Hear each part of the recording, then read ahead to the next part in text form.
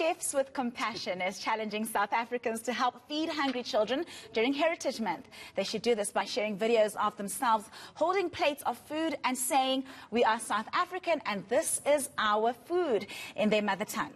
To talk more about this campaign, we're joined by Chefs with Compassion manager, Chef Coo Pillay. A very good morning to you, Chef. First of all, tell us a little bit more about Chefs with Compassion and what they aim to do. Good morning. So Chefs of Compassion, we started in early April, and this was from the need that we heard the call of people in need, obviously from the effects of COVID and on the lockdown. And, but we've done something different. So we go out to rescue food. There's such a huge food wastage problem in our country, where food ends up on the landfill. Good food, it's food from producers. There's an oversupply, overproduce. The market's flooded with produce. So we go in there and we rescue this produce, and then we turn it out into nutritional meals, and we distribute it throughout the country. In our first week, we did just over 1,000 meals. And as we grew, the need grew. And by week 8, we produced 65,000 meals just in 1 week. And I'm proud to say that over the last 6 months, we have produced over 1 million meals. Wow. Congratulations. So how do people get involved in the food challenge then? And also, it's not just always about giving back. As if that's not enough motivation, there's also some prizes that people can win. Absolutely. So the cost of a meal for Chefs of Compassion to produce is 10 Rand.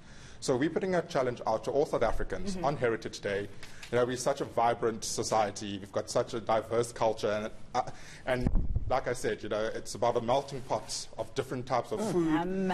And as you can see here, I mean, this is just a fraction of what we as South Africans love on a daily basis. Right. And so we are asking South Africans to cook something that they grew up with, something that's part of their heritage, something, you know, that a recipe that has been passed down through their generations. You know, the Oma's famous recipe, or the Gogo's, you know, famous sample, for example.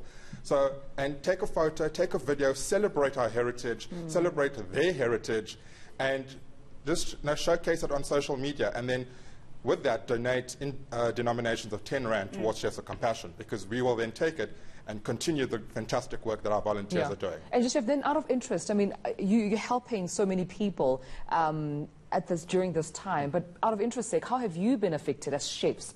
Because, I mean, restaurants had been closed, you couldn't obviously go to work. How has, you know, this pandemic affected you? It's affected us severely. As you know, the hospitality, tourism, food industry was severely hit. We've just now starting to come back as on level 1, but it's still been a bit of a struggle. A lot of businesses, unfortunately, had to close down. A lot of staff were affected by being retrenched, not earning an income. So it has been very tough. But as chefs, you know, we're loving people, we're giving people.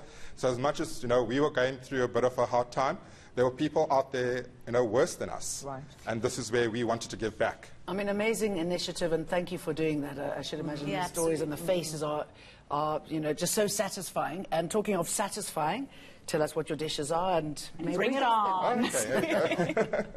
It seems that I'm the greedy one, but I just time to get that last question in We there. are not complaining. Not at all. So what do we have here as we're about to dig in, feast here. Oh, wow. So as Heritage Day is, you know, commonly termed Braai Day, you know, so I just put in our famous braai, shisa nyama as we would like to call it here. So I've got some steak, some wors, very uniquely South African, some chicken, and then what's a braai without some pap and some shiba sauce, or relish, some atcha, and then a good old-fashioned Afrikaans-inspired potato salad with a hint of condensed milk and cream. And then here I just wanted to show you how, you know, I mentioned earlier the melting pot of cultures and how different cuisines has influenced or different cultures that have influenced our cuisines. So here, you know, got a creamy samp, but it's not just an African dish. It's also hugely popular in the Afrikaans culture, in the Indian culture. I grew up eating samp with mutton curry. Hope you don't mind, Chef. I'm rude. Just grabbing one. I'm just like, I'm that friend at the, at the braai. So that is a chicken schnitzel. Okay. But again, you know, with our Italian influence that we have in the country, so that then becomes a chicken parmesan. Okay. So that's chicken schnitzel with some parmesan cheese and a rich tomato gravy. Here I've got a biryani. My fave. But this is more Cape Malay. So it's got a little bit of sweetness, some carrots, some dried fruits in there, because Cape Malay is not very spicy, it's very sweet as well. And what's a South African dinner without a traditional stew? So I've got some stew and some rice. Oh, good. And then, very traditional, chicken necks with gizzards. Oh, But my goodness. I've thrown in a bit of an Indian influence here, so it's got a bit of turmeric and a bit of garlic and chili. I approve of the spice there. Yes. Oh, And then, yeah, something that we're very proud of is chakalaka.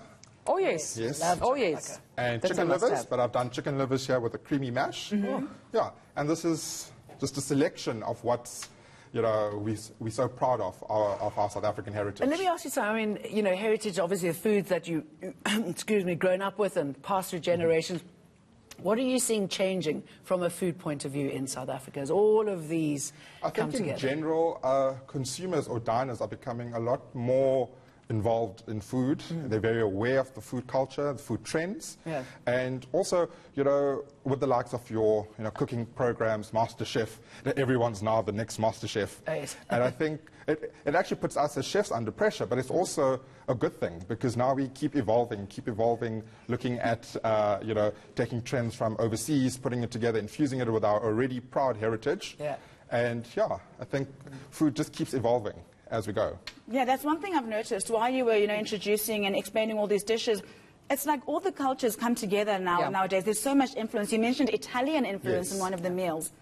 Yeah, absolutely. And that's it. You know, and that's what makes South African cuisine so unique. You know, we're not like a Mexican or an Indian or an Australian. Because with us, there's nothing that just says one dish is us. Yeah. We're a mix of everything. And also, there's so many cultures in this country, so it makes a lot of sense. There's nothing better than eating with your fingers. Oh, absolutely. Oh, I, yep. My I think it favourite. tastes better when you eat with your fingers. Oh, yes. And On licking that note, fingers. Be amazing. Chef, thank you very much. Thank Good you. luck today, and we look forward to Thank seeing you. the pictures and the feedback. And Thank you very hope we much. make lots of money for those kids. Thank you, we will do. Leave this behind. I will.